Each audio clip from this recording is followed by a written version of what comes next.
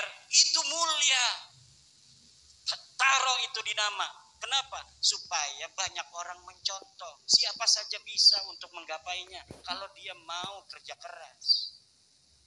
Tapi kalau R, Raden, itu dia lahir jadi Raden. Apa yang dibanggakan, orang dia nggak kerja apa-apa, pangkatnya R kok. Maka saya nggak pernah pakai RR. Itu ada di YouTube pakai KHR. Orang yang nulis itu mah. Saya tidak pernah pakai RR. Kenapa? Malu-maluin apa yang dibanggakan dari R. Seperti kita ini mukanya begini, ya dari lahirnya begini, dari Allahnya begini. Kita nggak mesen begini, nggak usah bangga-banggain karena hidungnya mancung. Walaupun saya mancung, saya nggak bangga. Kenapa? Karena ini bukan dapat saya. Nggak ada usaha sama sekali. Sesuatu yang tanpa usaha sama sekali nggak perlu dibanggakan dan tidak pantas dibanggakan. Yang dibanggakan itu kerja keras. Kerja keras itu dia jadi ketua PCNU karena dinilai pantas oleh para kiai. Dilihat pantas jadi seorang ketua PC. Ini kalau ketua PC-nya Pak Kiai Mubarak akan luar biasa mobilitas dari organisasi NU di Wonogiri. Kiai-kiai sepakat, udah Kiai Mubarak saja. Akhirnya seluruh MWC dikontak. Kiai Mubarak ketua PC begitu. Allah yang mentakdirkan berdasarkan apa? Usaha dan prestasi, bukan berdasarkan keturunan. Setiap orang yang tidak punya dia itu privilege dari keturunan, kemudian hari ini menghormati orang berdasar keturunannya, dia menginjak-injak harga dirinya sendiri. Orang yang dia turunan raja, turunan nabi, yang karena itu dia harus menghormati orang lain hanya berdasarkan keturunannya, bukan berdasar prestasinya. Kita yang menghormatinya itu sedang menginjak-injak kemanusiaan kita sendiri. Seakan-akan Allah ini tidak adil. Kita diciptakan hanya untuk menghormati orang. Kenapa kita tidak diciptakan sebagai anak raja? Kenapa kita tidak diciptakan sebagai anak daripada keturunan Rasul? Dan itu tidak mungkin Allah tidak adil. Karena Allah tidak mungkin tidak adil, maka Allah sudah bikin sebuah garis keras. Inna akramakum indallahi atqakum. Yang paling mulia itu bukan dia keturunan daripada Nabiku Muhammad, tapi dia yang paling mulia menyembah aku dengan seikhlas-ikhlasnya. Itu patokan kita. Hadis Nabi juga begitu. Tidak ada hadis Nabi, hormatilah keturunanku. Tidak ada. Ada itu Habib di dalam ceramahnya, hormatilah keturunanku. Siapa orang yang menolong keturunanku, maka aku akan membalasnya di akhirat. Hadis palsu itu. Pasti hadis palsu. Yakin seyakin-yakinnya. Hanya ada di kitab-kitab Ba'alawi yang begitu. Cari hadisnya. Misalnya ada penceramah habaib yang menerangkan tentang kemuliaan keturunan Nabi, kemudian dia mengutip hadis, cari hadisnya itu. Kalau tidak hadis palsu, hadis yang disimpangkan maknanya. Seperti keutamaan ahli bait yang diambil untuk keturunan hari ini. Kalau hadis keutamaan ahli bait banyak. Siapa ahli bait? Ahli bait itu adalah Ali, Fatimah, Hasan, dan Husain. Ada ahli bait dalam bab zakat. Siapa? Keturunan Bani Hashim.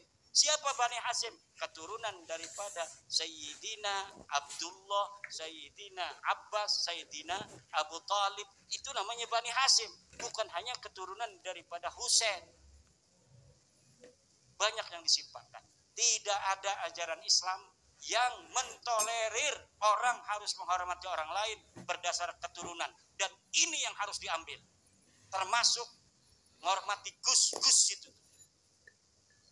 Kenapa kasihan nanti? Ini gus-gus masih kecil dihormatin orang, nanti takutnya dia nggak mau belajar. Saya udah banyak dihormatin orang, ngapain? Takutnya gitu, lama-lama nanti banyak gus-gus nggak bisa ngaji akhirnya. Kenapa? Karena orang bisa ngaji kan banyak dihormatin orang. Lihat dia nggak bisa ngaji dihormatin orang. Jadi biasa aja. Kita menghormati para gus. Kalau misalnya dia nggak bisa ngaji, taruh di belakang. Ngapain lu nggak bisa ngaji? Jangan di depan. Saya ini Gus mau gas nggak bisa. Harus begitu. Kita kasihan kepada putra-putra kiai.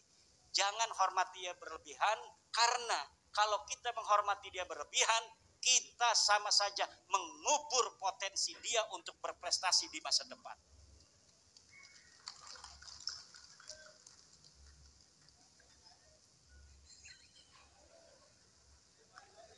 Yang kedua, ini nanti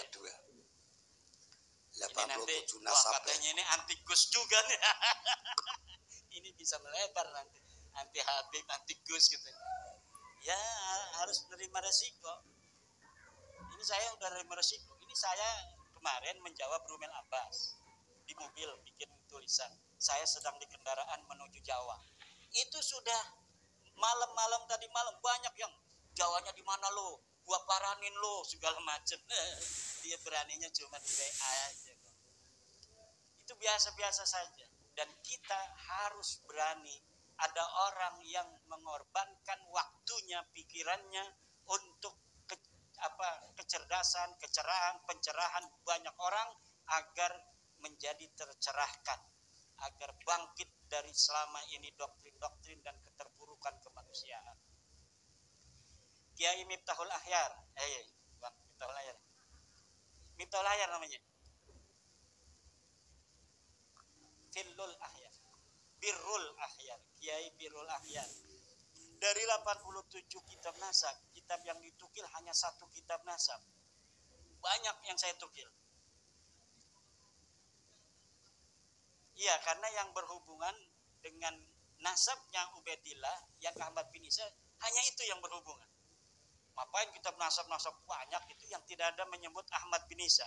Ketika kita telah mengetahui bahwa ayahnya namanya Ahmad bin Isa, dari situ dia punya anak Ubaid enggak. Yang menyebut Ahmad bin Isa itu hanya beberapa kitab. Makanya sejarawan barat banyak yang mengatakan Ahmad bin Isa sendiri fiktif. Dulu banyak sejarawan barat mengatakan Ahmad bin Isa fiktif. Kenapa? Karena Ahmad bin Isa tidak ditulis, padahal kitabnya ada, cuma dia waktu itu belum menemukan. Nah, tapi sekarang Ubaidillah ini bukan hanya belum ditemukan, karena memang betul-betul tidak ada. Sama sekali tidak ada. Kalau Ahmad bin Isa, di dalam kitab hadis dia meriwayatkan hadis. Tapi dalam kitab nasab waktu itu belum ditemukan anaknya siapa-siapa. Nah, hari ini sudah ditemukan. Kitab Tahdibul Ansab, kitab Muntaqilatul Talibiyah, kitab Al-Majdi, kitab Syajarah Mubarakah, kitab As-Sabatul Muson, kitab Tahdibul Ansab, kitab Umdatul Talib, dan kitab An-Nafah Al-Ambariyah. Nah, kalau kitab-kitab yang lain yang ada di samping kanan kirinya itu betul banyak kitab nasab, tetapi tidak membicarakan tentang Ahmad bin Isa. Dia mungkin membicarakan toba-toba keluarga di sana, yang ada di Suriah, tidak membicarakan yang ada di Irak. Karena Ahmad bin Isa ini orang Irak, maka yang dibicarakan yang dicari adalah kitab-kitab berasal dari Irak, yang menerangkan tentang orang Irak.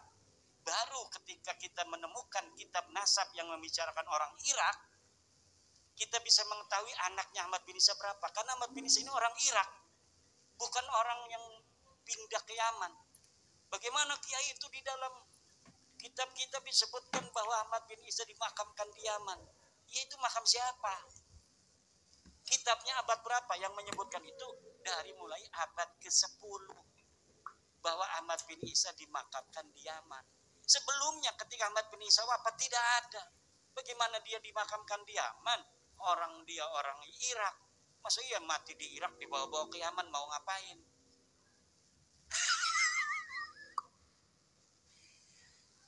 Iya, itu makam itu bisa diciptakan. Bagaimana sekarang kita hari ini kan lagi ribut bab nasab nih. Ribut lagi bab tidak hijrah ke Yaman. Lagi ribut makam Ahmad bin Isa itu kok ada di Yaman. Sampai ada teman saya yang lulusan Yaman pergi ke Yaman. Dia videoin. Setelah dia videoin, dia kirimin video saya. Ini ada makamnya katanya Ahmad bin Isa. Ini makamnya Ubaidillah. Masa iya katanya ente tidak percaya bahwa Ubaidillah ini adalah sosok yang historis.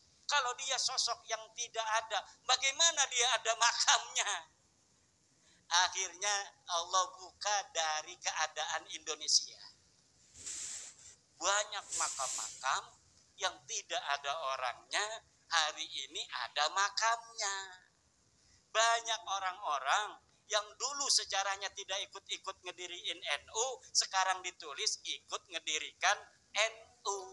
Banyak orang yang ditulis dulunya tidak menyebarkan Islam, hanya narik-narik biola, sekarang disebut menyebarkan Islam di Indramayu. Ada bukunya juga ditulis, penyebaran Islam oleh Habib Anu bin Anu. Sampai bikin skripsi. Anak buahnya yang punya anak lagi nulis skripsi, suruh bikin skripsi penyebaran agama Islam oleh Habib Anu bin Anu di Indramayu. Saya teliti itu skripsinya. Kemudian makam orang terkenal di Semarang diciptakan, padahal makam aslinya ada di Pleret, Jogja.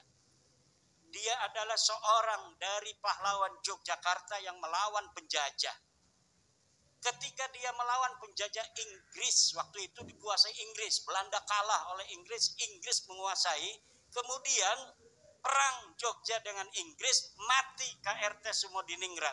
Setelah KRT Sumodiningrat mati di dalam masjid, ditebas lehernya, dimakamin di Pleret.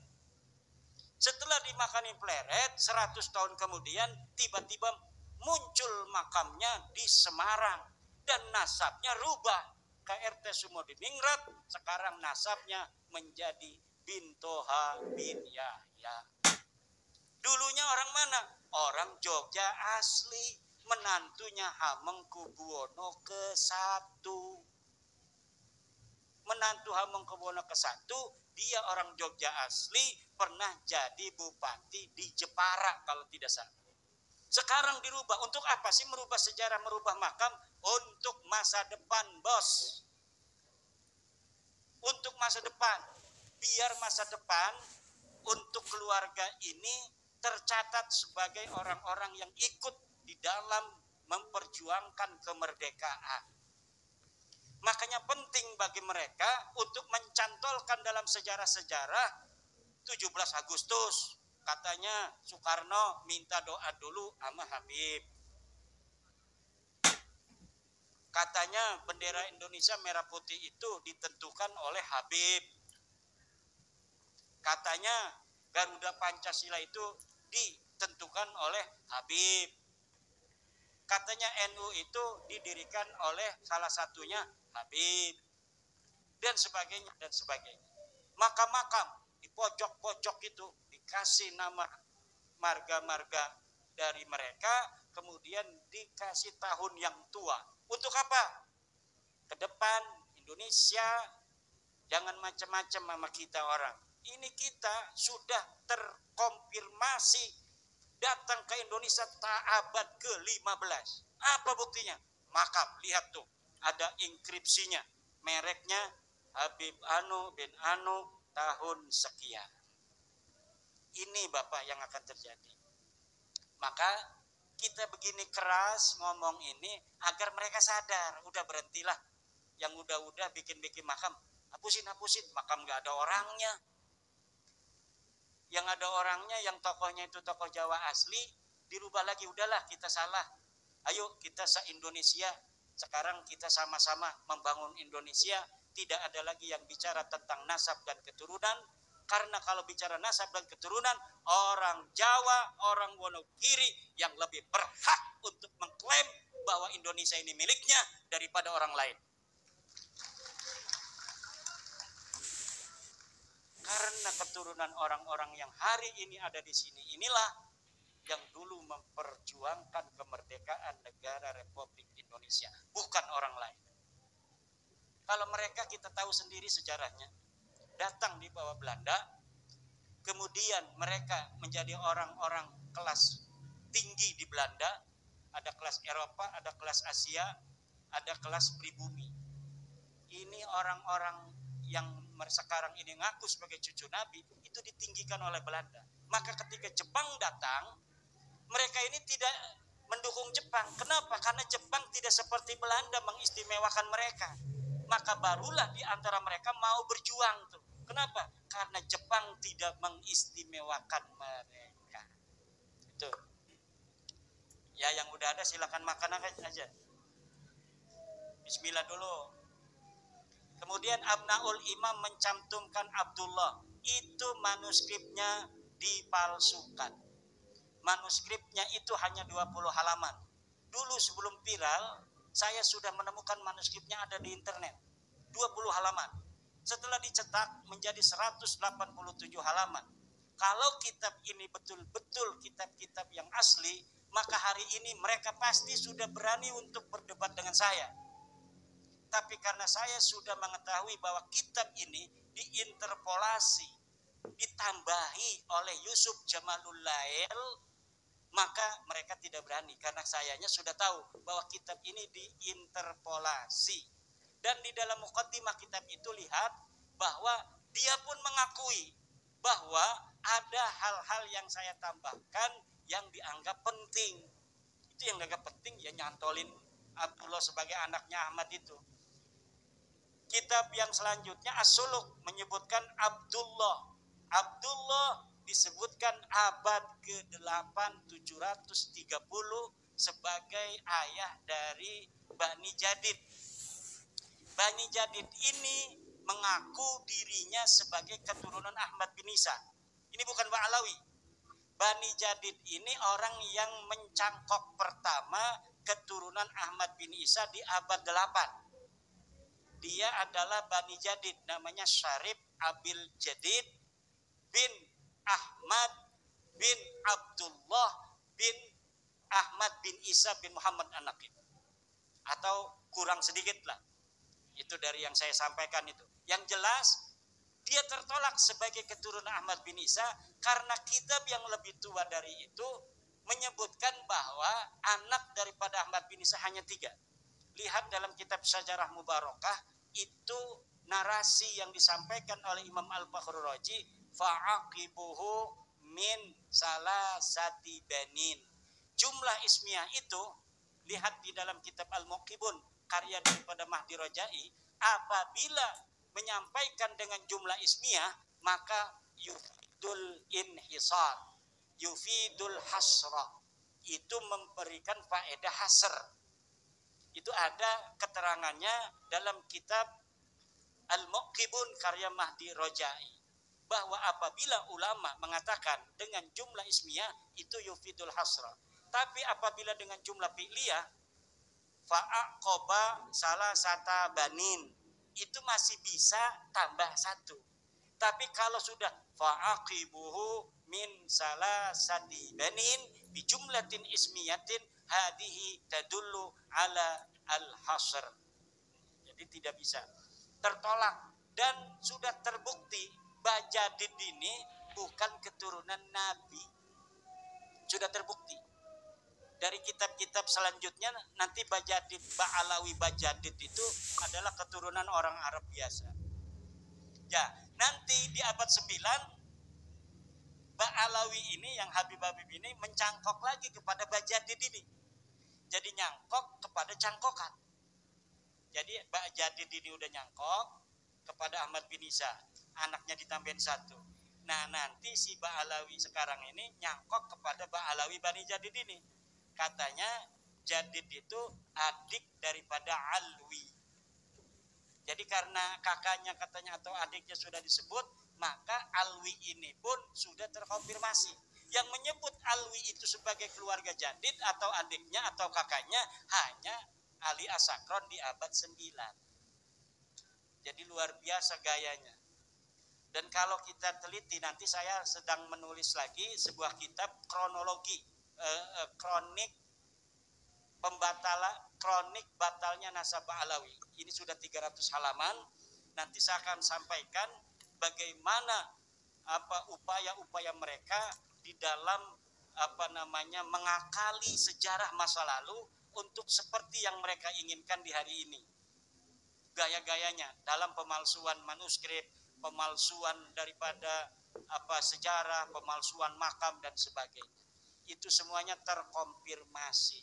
Makanya ada YouTuber yang mengatakan dia sedih bahwa kita ingin katanya dipertemukan dengan Mbak Alawi kepada orang tua kami di PBNU. Jangan sebut kami pemfitnah. Itu tadi pagi saya nonton ada YouTuber kayaknya dari daerah Jawa Tengah. Dia nangis bahwa dia ingin dipertemukan dengan Mbak Alawi karena walaupun bukan Kiai Maduddin saya pun bisa katanya untuk menjawabnya. Ya, jadi kalau sudah duduk begini bareng-bareng, insya Allah akan bisa. Kenapa mereka diam? Ya diam itu kan ada kaidah. La yunsabu lisakitin qaulun. Orang diam tidak boleh dianggap sudah berpendapat. Kalau dia ngomong berpendapat ketahuan. Kalau misalnya hujannya kalah berarti nanti selesai. Kalau diem aja nggak bisa dikatakan dia salah, dikatakan dia dusta. Itu strategi. La yunsabu lisakitin qaulun. Tidak bisa orang diam itu dikatakan dia membantah, dia mengiyakan, tidak bisa. Tapi kalau sudah debat dengan kita kalah misalnya, ya udah harus selesai. Tidak boleh lagi mengaku. Kalau dia menang, nggak mungkin menang. Nggak mungkin. Kenapa? Ya karena tidak ada. Sama sekali dalail dari mereka itu tidak ada. Dan saya yakin, yakinnya kalau misalnya nanti saya ketemu dengan Nabi Muhammad gak marah dan akan terima kasih telah menyelamatkan nasab suciku dari orang-orang yang mengaku sebagai keturunanku tanpa hak. Terakhir untuk Pak Yusuf dari MWC Burno ya. Ya, apa dampak sosiologis dan psikologis dari kajian ini? Kalau tentang Mbak Alawi apa saja tadi sudah dampaknya. Ya dampaknya maslahat pertama buat habaib Pak Yusuf. Dampak pertama yang akan maslahat habaib kalau mereka menerima. Enggak menerima pun pasti mereka tidak akan seperti dulu. Mentang-mentang cium tangan lu. Enggak bakal sekarang berani sama ketua MWC. Kalau dulu ketua MWC enggak mau nurut sama dia, masuk neraka lo. Enggak dapat syafaat menjid aneh. Sekarang enggak bakal lagi. Maslahat tidak tuh, mereka tidak begitu. Maslahat. Allah akan suka kepada orang yang tidak sombong. Kalau kita niatnya bagus, insya Allah kita akan punya kekuatan dan tenaga. Tapi kalau kita niatnya jelek, hanya karena kebencian, ya kita mudah rungkat. Kenapa ini bisa masif? Sampai-sampai ratusan orang sekarang ini mau ngedengerin. Sambil makan lagi ngedengerinnya. Ya karena sayanya niat dari awal bukan benci pada mereka. Saya punya guru Habib. Sampai sekarang doanya saya baca. Allahumma sholli ala sayyidina Muhammadin sholatan. Allahumma nas'aluka min khairi ma sa'al Muhammadun nabi rasulullah wa na'udzu min syarri ma sa'al. Allahumma aqsina min syarril fitan wa afina min jami'il mihan wa aslih minna ma dhahara ma batan wa naqi qulubana min al-haqqi wal hasad wa najjina, segala macam. Itu dari habaib. Dan guru saya itu kalau muridnya seperti saya datang ke rumahnya mau masuk kamar mandi nggak boleh sebelum dia masuk dan mencuci kamar mandinya. Dia cuci kamar mandi dengan sabun, disiram, setelah bersih baru silakan masuk Mang Imad. Manggilnya Mang Imad waktu saya masih kecil. Namanya Habib Ali bin Sahid. Saya suruh ke Yaman, udah Habib bayarin ke Yaman. Saya udah rencana Habib mau mengaji Alfiah dulu. Oh ya udah. Coba kalau saya ke Yaman gak bakal begini saya. Itu sudah takdir Allah Subhanahu wa ta'ala. Karena saya bukan berdasar kebencian dan saya yakin dengan apa yang saya lakukan tidak akan membuat Rasulullah marah. Bahkan Rasulullah akan bangga kepada saya sebagai umatnya. Dan ini akan memberikan maslahat bagi para habaib dan umat Islam. Maka saya lakukan walaupun dengan berbagai macam dinamika, rintangan, ancaman dan sebagainya. Saya yakin dengan apa yang kita lakukan hari ini akan membawa kemaslahatan untuk semua.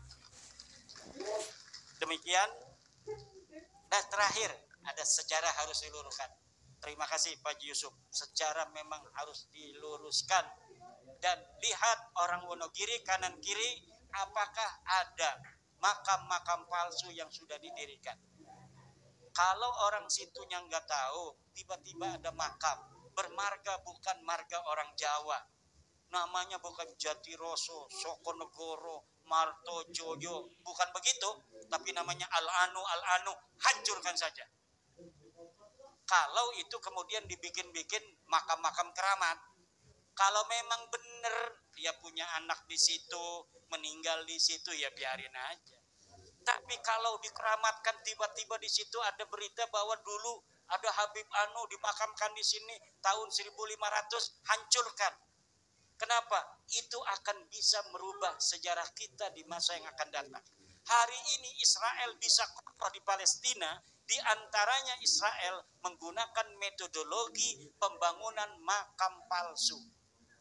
Makam palsu dibangun di tanah-tanah Palestina, kemudian setelah itu makamnya dituakan, setelah dituakan kemudian makamnya itu diklaim sebagai makam bersejarah untuk sebagai legitimasi orang-orang Israel ada di Palestina, bahwa dulu leluhur kami sudah ada di sini. Ini buktinya makam-makam. Yang punya HP lihat, berbahasa Inggris namanya Middle S. Middle S itunya apa namanya, webnya. Web Middle S itu sedang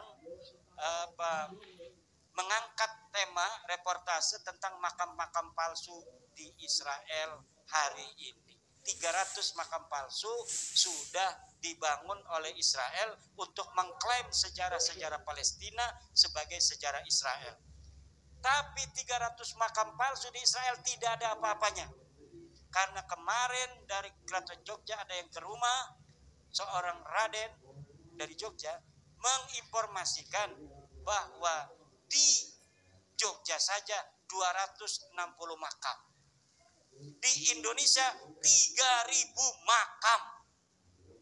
Mereka ini Alap-Alap Mataram dan teman-temannya itu sudah menghitung. Jadi dia enggak enggak mikirin apa-apa. Sekarang mikirin makam palsu aja itu Alap-Alap Mataram itu. Dan dia udah hitung katanya mencapai 3.000 makam palsu. Bagaimana orang masa lalu yang orangnya sedikit, sekarang makamnya sudah ada 3.000 dan semuanya jadi ulama besar.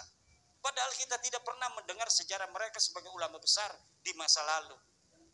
Sementara ulama-ulama kita, Ki Ageng Kiring, Kebo Kenongo, Joko Tingkir, Kiai Ageng Pemanahan, makamnya masih terbengkalai. Kita kemudian menjarahi orang yang sama sekali kita tidak tahu sejarahnya, perannya, jasanya untuk leluhur kita di masa yang akan datang, di masa lalu, dan untuk kita hari ini di masa sekarang, dan untuk keturunan kita di masa yang akan datang. Wallahu wal muwaffiqu ila aqwamit thoriqin. Wassalamualaikum warahmatullahi wabarakatuh. Hapus sekali lagi. Sebelumnya coba kita batasi sampai jam berapa ini? Sudah 12:30. Udah. Sayanya harus ke Keraton Kanoman. Oh iya. Saya lupa. Di sini seneng gitu sama teman-teman, sama saudara-saudara di. Padahal saya punya janji jam 7 malam di Keraton Kanoman untuk membahas nasab Wali Songo. Terima kasih Pak Kiai Imaduddin, tepuk tangan untuk Pak Kiai Imaduddin. Sebelum kita tutup, ada kitab Ahlal Musyamarah fi Aulil Ashraf Pak Kiai, karangan Abdul Fadil Senori Tuban. Di situ dicantumkan nasab-nasab wali 10 tambah 1 sesi jeda. Itu sama sekali tidak ada Ubaidillah di situ. Sedikit saya bacakan bahwa Sunan Ampel itu adalah putra daripada Sayyid Ibrahim Samarqandi bin Jumadil Kubra bin Mahmud Al-Kubra bin Zainal Husain bin Zainal Kubra bin Zainal Adim bin Zainal Abidin, saya sendiri bin Husain bin Fatimah binti Rasulullah Shallallahu Alaihi Wasallam. Kemudian versi yang kedua juga sama, Sunan Ampel dari Syekh Ibrahim Samarqandi ini juga tidak melalui Ubaidillah sama sekali. Dan setelah saya teliti dan saya baca kitab itu, sumber Auliatisah yang ada itu satu sumber. Dan itu sama sekali tidak melewati Ubaidillah, tidak melewati Alwi bin Ubaidillah. Tapi kitabnya kecil. Wah, kadang-kadang santri itu kalau kitabnya kecil kurang percaya ya. Kalau udah dikasih kitab yang besar-besar. Ini sedikit info saja kepada ketua LBM yang tadi masih belum terpuaskan untuk masalah Wali Songo karena masih dalam penelitian secara insentif. Tapi dalam kitab Akhlak Musyamarah karya ulama kita dari Tuban, Syekh Fadul Asnori, itu jelas di sana ditampilkan bagaimana sejarah Wali Songo masuk ke tanah Jawa, dan itu sama sekali tidak ada yang jalurnya dari Alwi bin Abdullah bin Ahmad bin Isa, tidak ada. Dari saya sebagai moderator, apabila banyak kekurangan, mohon maaf yang sebesar-besarnya. Walafu minkum. Wassalamualaikum warahmatullahi wabarakatuh.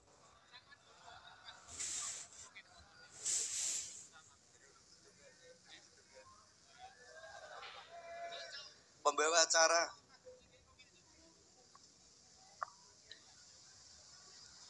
Terima kasih kami sampaikan kepada moderator sekaligus narasumber yang luar biasa. Acara selanjutnya yakni doa penutup kepada Kiai Haji Dr. Andes Sutrisno Yusuf MSI, disilakan.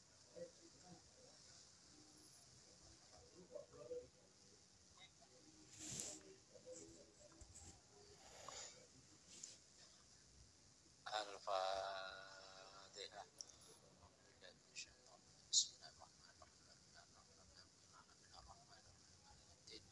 Iyyaka na'budu wa iyyaka nasta'in shiratal mustaqim shiratal ladzina an'amta 'alaihim ghairil maghdubi 'alaihim waladdallin. Ila jami'il mu'assisi jami'an nahdlatul ulama wal musansyih masyari lahumul fatihah. A'udzu billahi minasyaitonir rajim. Bismillahirrahmanirrahim. Alhamdulillahi rabbil alamin arrahmanir rahim maliki yaumiddin. Iyyaka na'budu wa iyyaka nasta'in shiratal mustaqim shiratal ladzina an'amta 'alaihim ghairil maghdubi 'alaihim waladdallin. Amin. Wa ila jami'il mu'assisin jami'ah nahdlatul ulama fi Wonogiri Syekhul Karim Muhammad Idris wa Syekhuna Abdul Aziz wa Syekhuna Muslim wa Syekhuna Tibiyati wa Syekhuna Syailahumul Fatihah.